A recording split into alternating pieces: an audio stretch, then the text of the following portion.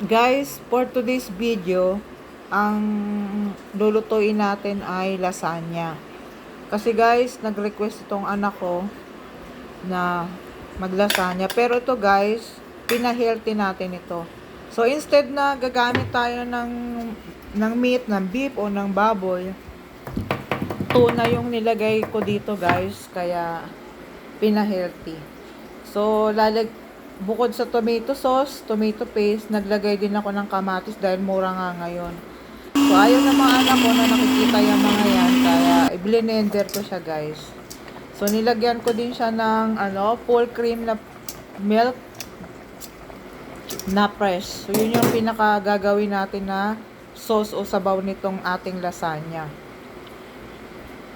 So, yan din pala yung ginamit kong pasta para sa lasagna. So, dito guys, bali, pinaka-basic lang, magigisa lang tayo ng bawang. Yung bawang pala guys, di ko sinama sa pagbe-blender kasi para maigisa.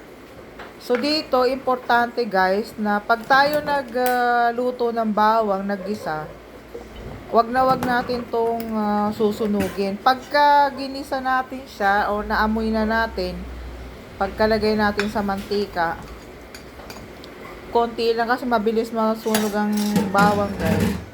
So kung napansin nyo, marami akong nilagay na mantika kasi kailangan sa lasagna mamantika. Pero guys, ito namang mantika na ginamit natin ay corn oil, kaya medyo healthy siya. So yan nga guys, magigisa tayo at babantayan natin yung bawang. Pag naamoy na natin, ilagay na natin yung ating blender na kamatis saka sibuyas na puti. So, yan guys, hinihintay natin at ayan na nga. Mamaya-maya, lalagay na natin yan. At, yan guys, lagay na natin itong blender na kamatis na mayroon siyang full cream na fresh na selecta na milk. Yung ready to drink. So, yun yung pinaka-sauce niyan. At, yan, bayaan lang natin siya kumulo ng konti. So, dito, paghahalo-haluin na natin lahat ng mga ingredients dito. So, ang ginamit ko pala dito guys na tomato sauce ay yung Italian na cheesy ng Del Monte. Pang 1 kilo guys. So, kung mapansin nyo guys, frozen ito. Kasi, bali nabawasan ko na to. So, yan. Galing siya sa freezer. Pero matutunaw naman yan guys maya-maya. So, hinalo ko na rin yung medium size na tomato paste para nga maasim. Kasi hindi maganda guys sa lasagna pagka yung parang ang sauce niya parang sa spaghetti na matamis yung Filipino style. So, dapat medyo may pagka-Italian maasim. Kaya naglagay tayo ng maraming kamatis dito. So, yan nga yung sinasabi ko guys, yung pinakamit natin ay yung tuna na in water ng Gold Seas. Yun ang ilalagay natin. Pwede rin naman guys yung Argentina na tuna. Pwede rin naman siya. Basta tuna, basta plain lang siya. So, yan. 2 lata pala guys ng tuna nilagay ko. So, yan. Bali, pag pinaghalo-halo lang naman guys yung mga ingredient. So, nilagay na natin. So, naglagay din tayo dito ng mushroom na sliced mushroom, 1 lata. Saka, paminta, asin. Yun lang ang pinakatimpla niya. Yan guys yung mushroom natin. Lalagay natin dyan.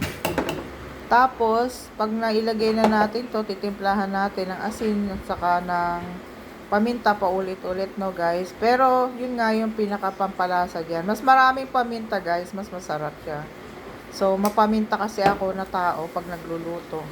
Tapos yan guys, pag nakakompleto na natin yung mga dapat ilagay, isi-simmer lang natin siya ng kaunti. Pero wag naman nating masyadong hayaan na maubos yung sabaw. So dapat yung iba nilalagay na nila yung cheese. Ang ginamit ko palang cheese dito guys, yung yung original na Eden. Saka pero guys, hindi ko na hinalo. So, sa layer ko na lang hinalo yung cheese. At ito nga, naglagay tayo ng full cream na ano, yung sa selecta na fresh milk. Kasama siya sa magiging sabaw para maging malinam na siya. Yun, nahalo na natin guys. Hayaan na natin itong masimmer. At tayo mag-a-assemble na. So, ito yung pinakapasa ng ating lasagna. So, sa pinakailalim, lagyan na natin kaagad ng sauce para hindi dumikit yung pasta. So, salit-salit, lalagyan natin ng cheese. Lagyan ko din siya ng quick melt cheese para malasa talaga. Medyo tipid pa nga to guys yung ingredient eh. Yung iba talaga sobrang ma-cheese. So, yung sa mga labas, yung mag-o-order ka nito guys, beef ang nilalagay nila sa meat. Pero dahil nga umiiwas tayo sa sobrang kolesterol, ginamitan natin siya ng tuna. Pwede naman guys. Depende na lang sa inyo kung kayo nakakain. So, isang box ng lasagna pasta, inubos natin dito. Yan nga guys, salit-salit nilalagyan ko ng cheese. Yung iba talaga loaded ito ng cheese, yung ano. Pero pwede na yan guys, pambahay lang naman. Ito kasi lagi nire-request to na anak ko, paborito to. So, yan na guys yung ating nagawa, isang tray malaki. So, isasalang na natin. Preheat natin ng oven sa 170 degrees centigrade. Yung init niya. At i-bake natin siya dito ng 45 minutes. So, medyo matagal. Kasi hayaan natin siya guys na ano, parang maluto talaga yung pinakaibabaw masunog. So, yan na guys. At ito nga yung handa sa birthday. Ito lang naman yung hinanda. Special request. So, lasagna guys. Thank you guys. Thank you for watching.